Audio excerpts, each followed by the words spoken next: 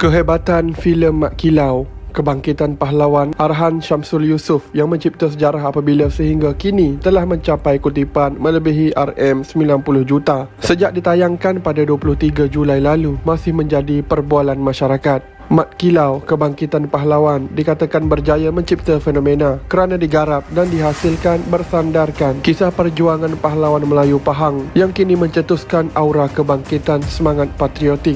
Ramai dalam kalangan masyarakat, khususnya generasi muda, terus bercakap tentang keperwiraan pahlawan Melayu ini, atau nama sebenarnya Mat Kilau bin Imam Rasu, anak kelahiran kampung Pulau Tawar, Jerantut, Pahang. Malangnya kehebatan pahlawan Melayu terbilang ini yang digambarkan pada layar perak sehingga menjadi kekaguman khalayak tidak sama seperti dengan nasib kapal perang dinamakan sebagai KD Mat Kilau yang sepatutnya turut menjadi kebanggaan negara. Kekaguman pada kehebatan sosok Mat Kilau yang garang menangkis dengan tindakan berani menerobos pihak lawan sepatutnya turut tertonjol pada KD Mat Kilau sekiranya kapal perang itu siap. KD Mat Kilau dengan nombor penan 2506 adalah kapal tempur pesisir LCS terakhir dalam kelas Maharajalela. Segah namanya, KD Mat Kilau jika siap sepatutnya telah berlayar megah mengibarkan jalur gemilang untuk menghalau musuh yang cuba mengganggu gugat perairan negara. Kekuatan LCS KD Mat Kilau dengan sistem pertahanan 4 dimensi ini mempunyai daya tahan lasak mengatasi ancaman elektronik,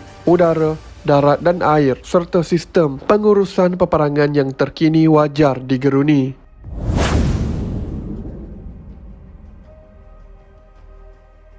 Projek LCS yang terpalit kontroversi apabila masih gagal disiapkan mengikut jadual sehingga kini terus mendapat perhatian rakyat yang mahu tentera laut diraja Malaysia memiliki aset-aset moden dan kuat demi menjaga kedaulatan negara. Bagaimanapun hingga kini tiada satu pun LCS disiapkan dan diserahkan kepada TLDM walaupun kontrak yang dimeterai pada Januari 2014 menggariskan bahawa LCS pertama sepatutnya diserahkan kepada kerajaan pada April 2019. Pembinaan kapal-kapal kelas Maharajalela ini merupakan antara kapal baharu yang sepatutnya melengkapi armada TLDM menerusi pelan transformasi 5025. KD Maharajalela sepatutnya siap pada 2017 sebelum dilanjutkan pada 2019 bagi membolehkan kapal perang termoden dalam armada TLDM ini menyertai pameran udara di Maritim Langkawi 5 pada 2019.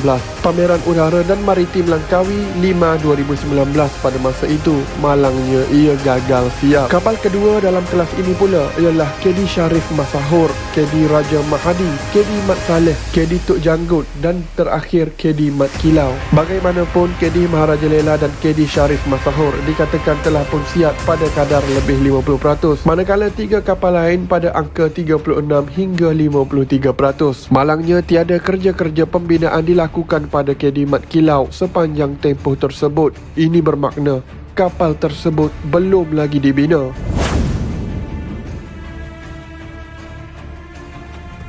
Kegagalan pembinaan LCS bukan sahaja mengecewakan rakyat yang mahukan negara memiliki keupayaan maritim yang jitu, malah sangat dirasai dalam kalangan veteran TLDM.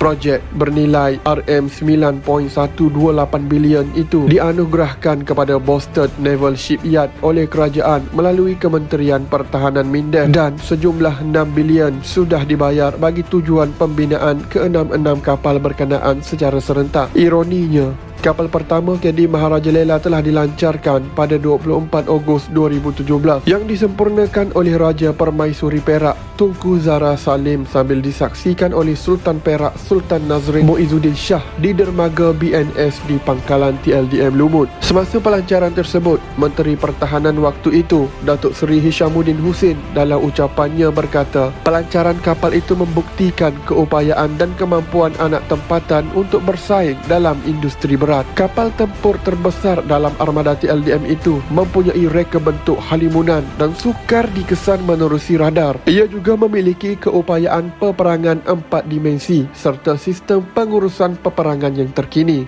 Apa yang difahamkan, pembinaan kapal secara serentak dalam projek berskala mega dan membabitkan peruntukan besar itu dikenal pasti antara punca kegagalan menyiapkan LCS mengikut jadual. Sekiranya program pemulihan semula projek LCS ini berjalan seperti mana dirancang, dikatakan kapal-kapal seterusnya bakal siap mengikut anjakan masa. Kapal LCS KD Sharif Masahur dikatakan siap pada 2026, iaitu setahun selepas KD Maharaja Lela. 3 kapal lain pula iaitu KD Raja Mahadi pada 2027, KD Mat Saleh 2028, KD Tuk Janggut 2029 dan KD Mat Kilau 2030. Bagaimanapun, tiada maklumat sahih berhubung perkara ini melainkan andaian industri sahaja.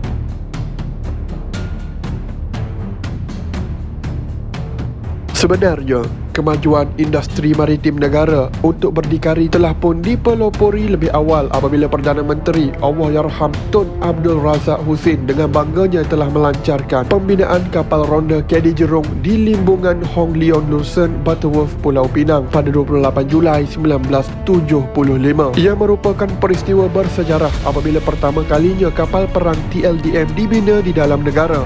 Limbungan Hong Leong adalah kerjasama syarikat tempatan dengan firma perkapalan Lersen Jerman. Dikategorikan sebagai kapal serang laju, kapal jenis ini merupakan evolusi baharu dalam angkatan laut pada dekad tersebut kerana faktor kelajuan, saiz selain kos operasi yang rendah untuk tugas rondaan dan pengawasan. Kesemua 6 buah kapal dibina di sini termasuk KD Todak, KD Paus, KD Yu, KD Baung dan KD Pari. Ia dilengkapi dengan 2 laras meriam iaitu Bofors 57mm dan Bofors 40mm. Kapal-kapal ini berjaya disiapkan mengikut jadual dan diserahkan kepada TLDM 2 tahun kemudian. TLDM juga mengoperasikan 8 lagi kapal perang jenis sama tetapi dilengkapi peluru berpandu anti kapal iaitu kelas Handalan yang dibina di Sweden dan kelas perdana buatan Perancis.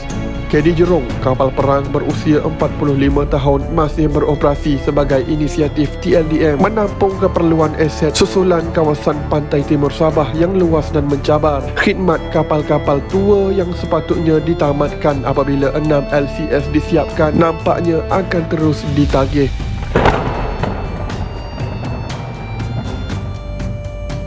Isu kelewatan menyiapkan kapal perang juga bukanlah kali pertama dihadapi TLDM kerana ia berlaku semasa pembinaan 2 buah frigate kelas Likiu di Glasgow, United Kingdom pada tahun 1994. Pada masa itu, kelewatan disebabkan masalah integrasi pada sistem kapal telah menyebabkan kerja-kerja menyiapkan frigate ini melangkaui setahun berbanding jangkaan asal. Pada Mei 1997, kerajaan menerusi MINDEF dikatakan telah mengemukakan tuntutan ganti rugi kelewatan yang dianggarkan sebanyak $29 juta.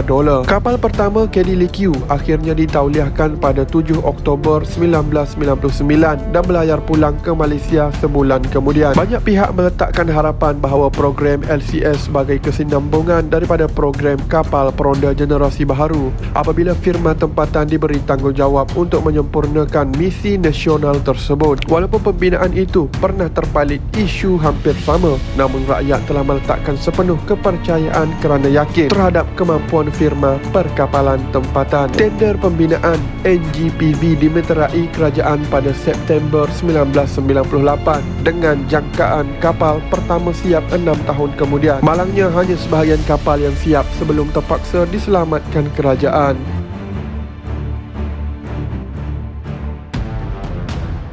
Awalnya, program ini dikenali sebagai Pembinaan Kapal Ronda Pesisir OPV yang dirancang seawal tahun 1994 iaitu bagi memiliki 27 buah kapal sebagai persediaan untuk TLDM menjadi sebuah angkatan laut biru. Kapal-kapal ini bagi menggantikan bot-bot peronda jenis Vosper Tony Croft yang dibeli pada tahun 1960-an. Ia merupakan inspirasi daripada kepimpinan TLDM pada masa itu yang membayangkan keperluan strategik agar Angkatan Laut Negara bersedia mendepani cabaran akan datang. Mengikut perancangan, program OPV akan dibina mengikut 4 fasa dengan sasaran 6 buah kapal disiapkan pada setiap 5 tahun untuk tempoh projek yang dijangka mengambil masa selama 20 tahun. Ini bermakna kapal pertama akan mula digunakan pada tahun 1998 dan menjelang tahun 2005, TLDM telah memiliki armada lengkap 27 buah kapal peronda baharu. Cita-cita tinggi negara dan TLDM ini mendahului negara-negara berjiran seperti Filipina dan Indonesia yang ketinggalan daripada aspek kekuatan maritim pada masa itu.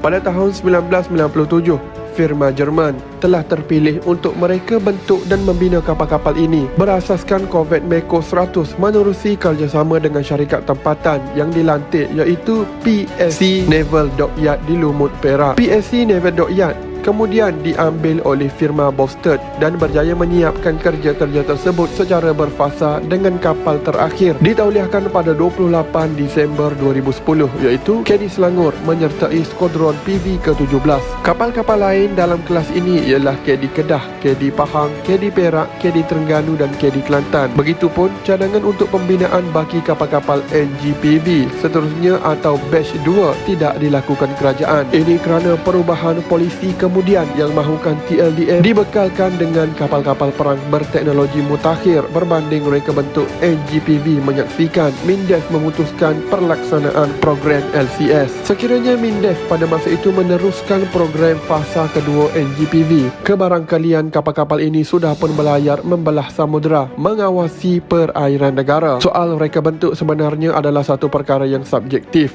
dalam kejuruteraan kapal perang, apatah lagi rekaan NGPV sebenarnya masih lagi relevani sekiranya kapal-kapal tersebut dilengkapi sistem persenjataan dan pertahanan terbaru.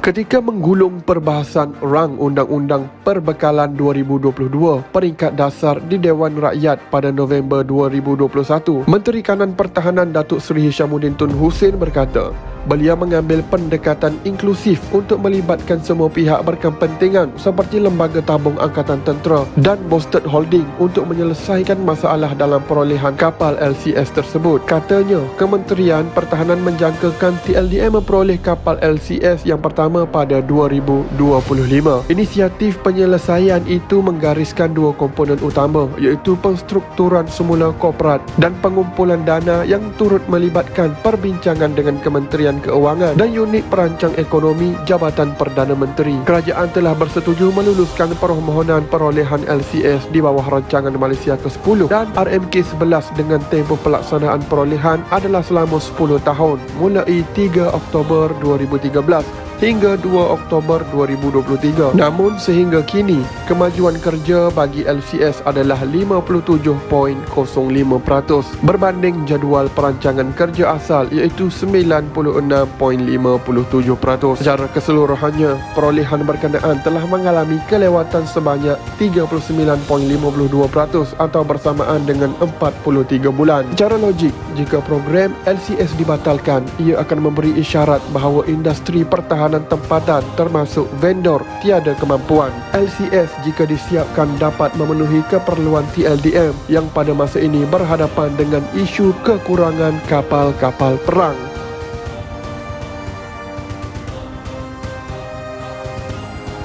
Bukanlah rahsia lagi bahawa armada TLDM terpaksa bergantung pada kapal-kapal perang yang berusia lebih 40 tahun di mana ada sebahagian besar aset terpaksa melalui proses menaik taraf komponen-komponen kritikal. Isu lain, jika projek LCS tidak diteruskan, ia menyebabkan kekurangan pembangkitan vendor tempatan lantas dibimbangi memberi kesan berganda terhadap ekonomi negara. Pada 20 April lalu, Kabinet sebulat suara bersetuju meneruskan perolehan LCS untuk TLDM dan akan memantau dengan teliti tempoh mobilisasi 6 bulan untuk memulakan semula projek itu. Berpegang kepada komitmen tersebut, rakyat sudah pasti mahu melihat KD Mat Kilau disiapkan. Tapi persoalannya, boleh atau tidak? Berikan komen anda di bawah dan jumpa lagi pada video yang akan datang. Terima kasih kerana mendukung channel ini.